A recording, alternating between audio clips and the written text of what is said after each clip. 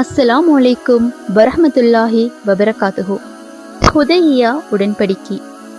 நபிகளாரின் காலத்தில் இஸ்லாத்தின் துரித வளர்ச்சிக்கும் முன்னேற்றத்திற்கும் முன்னோடியாக அமைந்த முக்கிய நிகழ்வுதான் ஹுதையா உடன்படிக்கை எனும் அமைதிக்கான ஒப்பந்தம். இந்நிகழ்வு இஸ்லாமிய வரலாற்றில் மிக பெரும் திருப்பு முனையாக அமைந்தது.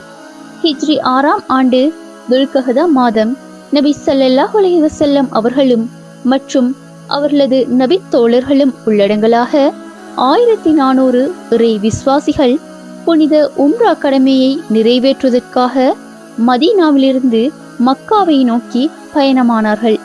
யுத்தம், ஆக்கிரமிப்பு போன்ற அமைதிக்கு களங்கத்தை உண்டு பண்ணும் எவ்வித உள்நோக்கமும் இல்லாமல் அமைதியாகவே சென்றார்கள். ஆனால் அவர்களது வருகையை அறிந்த குறைஷி காபிர்கள் இது ஒரு சூழ்ச்சியாக இருக்கலாம் என சந்தேகித்து நபி ஸல்லல்லாஹு அலைஹி வஸல்லம் அவர்களையும் அவர்களுடன் வந்த மக்களையும் மக்காவினுள் நுழைய விடாமல் தடுத்தனர். அதனால் அவர்கள் மக்காவுக்கு அருகிலுள்ள ஹுதையா என்ற இடத்தில் தங்கினர். நபி ஸல்லல்லாஹு அலைஹி வஸல்லம் அவர்கள் வீணாக முரண்பாடுகள் இன்றி ஒரு அமைதியான தீர்மானத்தை முன்னெடுக்க வேண்டுமென்றே நினைத்தார்கள். அதனால் அவர்களே சமாதான பேச்சுவார்த்தைகளை முதலில் ஆரம்பித்தார்கள். தாம் வந்திருப்பது யுத்தம் செய்வதற்காகவோ அல்லது ஆக்கிரமிப்பதற்காகவோ இல்லை, மாறாக புனித உம்ரா யாத்திரையை நிறைவேற்றுவதற்காக மட்டுமே என்பதை குறைஷிகளுக்கு தெளிவுபடுத்துவதற்காக அவர்களிடம் தூதுவர்களை அனுப்பி வைத்தார்கள். ஆரம்பத்தில் குறைஷிகள் நபிகளாரின் பேச்சுவார்த்தைகளை மறுத்தார்கள். பின்னர் பல கட்ட பேச்சுவார்த்தைகளுக்கு பிறகு சமாதான ஒப்பந்தம் ஒன்றை முன்னெடுக்க ஒப்புக்கொண்டார்கள். இறுதியாக குறைஷிகள் சுஹைல் இப்னு அம்ர் என்பவரை தமது நிபந்தனைகள் உள்ளடங்கிய உடன்படிக்கையுடன் நபிகளாரிடம் அனுப்பி வைத்தார்கள். உடன்படிக்கையின் நிபந்தனைகள். நீண்ட கலந்துரையாடலுக்கு பிறகு சில கடினமான நிபந்தனைகளுடன் ஒரு உடன்படிக்கை முன்னெடுக்கப்பட்டது. முதலாவது, இந்த வருடம் முஸ்லிம்கள் மக்காவினுள் நுழையவோ ஹஜ் அல்லது உம்ரா செய்யவோ அனுமதிக்கப்பட மாட்டார்கள். இரண்டாவது, ஆனால் அடுத்த ஆண்டிலிருந்து ஆயுதம் இல்லாமல் வந்து 3 நாட்கள் தங்கி ஹஜ் செய்வதற்கு மட்டும் அனுமதிக்கப்படுவார்கள். மூன்றாவது, இந்த ஒப்பந்தம் 10 ஆண்டுகளுக்கு மட்டுமே செல்லுபடியாகும். நான்காவது, 10 ஆண்டு காலத்திற்கு யுத்தம் இருக்கக்கூடாது. முஸ்லிம்களும் குறைஷிகளும் அமைதியாக இருக்க வேண்டும்.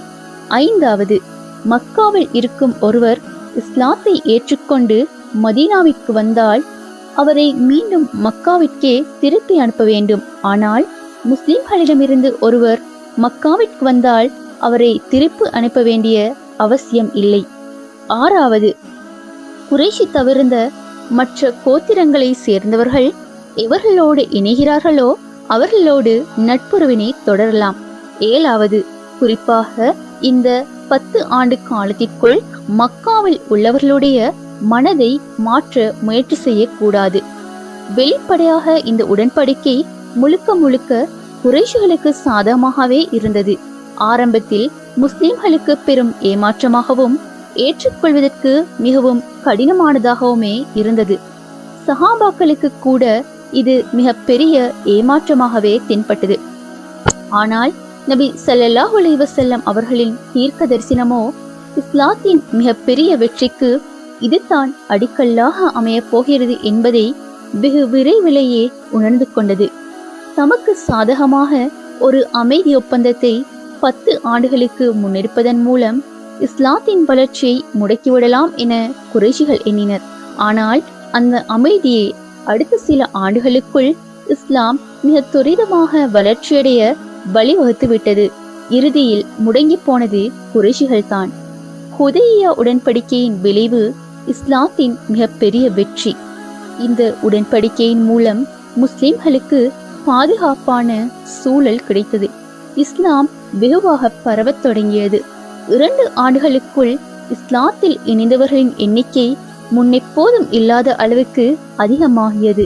இறுதியில் மக்கா வெற்றி இந்த அமைதியின் தொடர்ச்சியாகவே நிகழ்ந்தது. ஹிஜ்ரி 8ஆம் ஆண்டு ரமலான் மாதத்தில் குறைஷிகள் யாரும் சற்றும் எதிர்பாராத விதமாக சமாதான நோக்கத்துடன் இறை விசுவாசிகளின் பெரும் படையொன்று அமைதியாக மக்காவினுள் நுழைந்து ஆக்கிரமித்தது. அந்த மக்களின் எண்ணிக்கையை கண்டு முழு மக்கா நகரமுமே கதிகலங்கி நடுநடுங்கி போனது. ஹுதைபியா உடன்படிக்கை என்பது ஒரு சிறிய தோல்வியாய் தோன்றினாலும் அது ஒரு மிகப்பெரிய வெற்றிக்கு வழிவகுத்தது என்பதை நாம் வரலாற்றில் பார்க்கிறோம். எந்த சூழ்நிலையிலும் சிந்தித்து தீர்க்க தரிசனத்தோடு செயல்படுவதின் முக்கியத்துவத்தை இது நமக்கு கற்றுக் கொடுக்கிறது.